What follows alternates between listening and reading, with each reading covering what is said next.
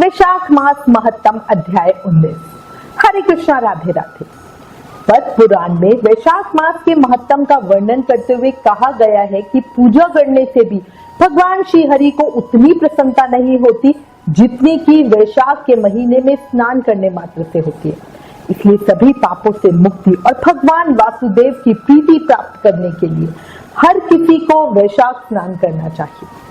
अब श्री गणेश जी महाराज और अपने गुरुदेव को याद करते हुए वैशाख मास महत्तम का अध्याय 19 सुनेंगे। शिव नंदन गौरी तनय प्रथम पूज्य गणराज, सकल अमंगल को हरो पूरन हो हरे काज। बोलो गणेश जी महाराज की जय। गुरु ग्रंथन का सार है, गुरु है प्रभु का नाम, गुरु अध्यात्म की ज्योति है, गुरु है चारों धाम। बोलो गुरुदेव महाराज की जय। वैशाख मास महत्तम के अध्याय 18 में श्री शुद्धदेव जी मिथिलापति के राजा को राजा कीर्तिमान की कथा सुना रहे थे, जिसमें भगवान विष्णु यमराज को वैशाख मास में भाग देते हैं। अब आज इस अध्याय में भागवत कथा के श्रवण और कीर्तन का महत्व सुनेंगे। शुरू करते हैं। श्री शुद्धदेव जी बोले, मेष राशि में सूर्य के स्थित रहने पर जो वैशाख मास में प्रातःकाल स्नान करते हैं और भगवान विष्णु की पूजा करके इस कथा को सुनते हैं, वो सब पापों से मुक्त हो भगवान विष्णु के परम धाम को प्राप्त होते हैं। जो दुर्बुद्धि मनुष्य इस कथा को छोड़कर अन्य काम में लग जाते हैं, वो रोरक नरक में जाकर पिशाच योनि को पाते हैं। इस विषय में एक प्राचीन इतिहास कहता हूँ, जो सब पापों को दूर करके पवित्र करने वाला महापुण्य देने वाला है। प्राचीन काल में गोदावरी के तट पर शुभ ब्रह्मेश्वर क्षेत्र में महर्षि दुर्वासा के 2 शिष्य रहते थे, जो परमहंस, ब्रह्मनिष्ठ, उपनिषद विद्या में परिनिष्ठ और इच्छा रहित थे। उन्हें किसी से कुछ अपेक्षा नहीं थी। भिक्षा मांगकर जो कुछ मिलता उसी को खाकर पर्वत की गुफा में रहते थे। उनमें से एक का नाम सत्यनिष्ठ और दूसरे का नाम तपोनिष्ठ था। वे इन्हीं नामों से तीनों लोकों में विख्यात थे। सत्यनिष्ठ सदा भगवान विष्णु की कथा में तत्पर रहता था। जब कोई श्रोता या वक्ता नहीं होता, तब वो अपने नित्य कर्म किया करता था। यदि कोई श्रोता होता तो उसे निरंतर भागवत कथा सुनाते, और यदि कोई कथा वाचक भगवान विष्णु की कल्याणमयी पवित्र कथा कहता, तो वो अपने सभी कर्मों को छोड़कर कथा को सुनते थे। कथा समाप्ति के बाद ही अपने नित्य कर्म करते थे। वो बिना कथा श्रवण किए अन्न ग्रहण नहीं करते थे। कथा सुनने वाले पुरुष को जन्म मृत्युमय संसार बंधन की प्राप्ति नहीं होती। याद रखिएगा, भगवान विष्णु की कथा सुनना बहुत अच्छा होता है। जो सत्यनिष्ठ थे, उनके अंतकरण की शुद्धि होती थी। भगवान विष्णु में सच्ची भक्ति और स्नेह उत्पन्न होता है सिर्फ कथा सुनने से। साथ ही साधु महात्माओं में सहृदयता उत्पन्न होती है। सत्व बुद्धि से वेद में मति उत्पन्न होती है।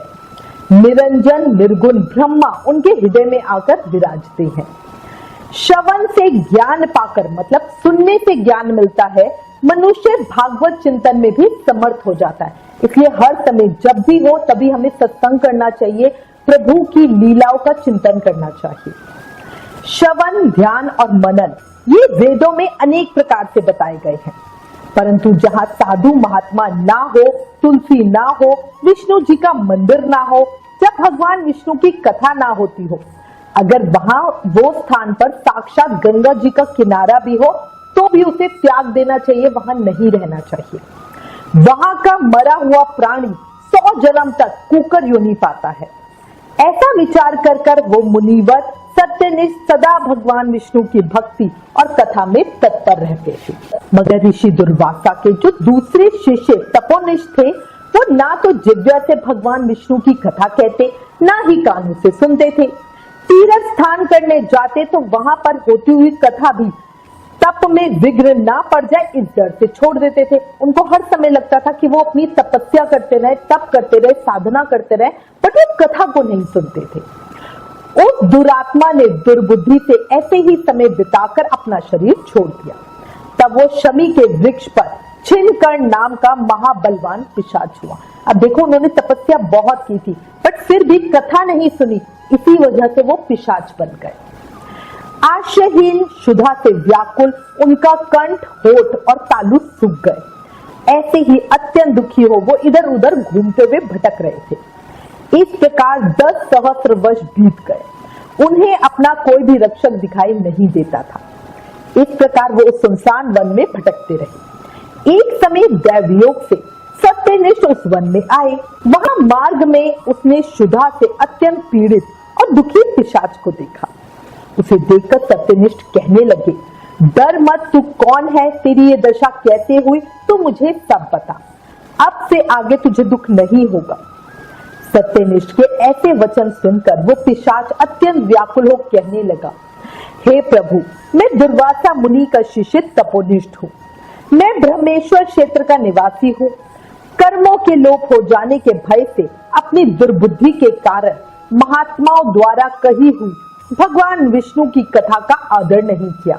उसी कर्म के घोर परिणाम से मेरी मृत्यु हुई और मैं छिनकर्ण नामक पिशाच पर दुख से अत्यंत व्याकुल हो रहा हूँ। पर आज मेरा भाग्य फिर गया। मेरे ऊपर सब देवता, गुरु तथा साधु संतुष्ट है। साथ ही भगवान श्री हरि विष्णु की भी मेरे ऊपर प्रसन्न है, जो मुझे आपके दर्शन हुए। इस प्रकार तपोनिष्ठ तो अब पिशाच बन गया। वो सत्यनिष्ठ के चरणों पे गिर पड़ा। तब महायशस्वी सत्यनिष्ठ ने उसे दोनों हाथों से उठाकर अपने सुकृत्य का पुण्य और वैशाख महत्तम को क्षण भर सुनने का फल दिया, जिससे तपोनिष्ठ के सभी पाप नष्ट हो गए। देख लो, सिर्फ वैशाख महत्तम पल भर सुनने का पुण्य दिया तो उसके सब पाप खत्म हो गए, वो पिशाच योनि से मुक्त हो गया। अगर पूरे वैशाख महत्तम सुनने का पुण्य देता तो सोचो क्या ही होता। और वो पिशाच की योनि से जो तपोनिष्ठ थे वो छूट गए और दिव्य देह धारण करके सत्यनिष्ठ की परिक्रमा और प्रणाम करके दिव्य विमान पर बैठ के विष्णु लोक गए। श्री शुद्धदेव जी बोले, जहाँ शुभ फल देने वाली, सब लोगों के पाप दूर करने वाली भगवान विष्णु की कथा होती है, वहां सब तीर्थ और अनेक क्षेत्र आ जाते हैं तथा वहां के निवासियों को मुक्ति प्राप्त होती है, इसमें कोई भी संदेह नहीं है। वैशाख मास महत्तम अध्याय 19 संपूर्ण। कल अध्याय 20 में आगे की कथा सुनेंगे। अब आप खुद देख लो, इस अध्याय से स्पष्ट है कि हम सब पर श्री कृष्ण की साक्षात कृपा है, तभी हम इस भगवान की इस पवित्र कथा को हम सुन पा रहे हैं, कह पा रहे हैं। एक अंतिम बात, जब पता है जीवन क्षण भंगुर है, अभी है और अभी नहीं, और जब हमें अगली घड़ी का भी कुछ नहीं पता कि क्या हो जाए और क्या नहीं, तो क्यों ना इस शरीर का उपयोग करके अभी कर्मों के बंधन से मुक्ति पा ली जाए। बताओ आपका क्या विचार है। और इसका सबसे आसान रास्ता है नाम जाप करना। याद रखो, कलयुग केवल नाम आधारा। सिर्फ नाम जाप करके हमें भक्ति, प्रेम, मुक्ति, शक्ति सब मिल सकती है। इसलिए प्रेम से, मन से, भाव से अपनी हर सांस के साथ जाप करते रहो। हरे कृष्ण कृष्ण कृष्ण हरे हरे, हरे Ram Ram Ram Hare Hare. Please in videos को ज्यादा से ज्यादा शेयर करके अपने शास्त्रों का ज्यादा से ज्यादा प्रचार करें। ये भी एक सेवा है। राधे राधे।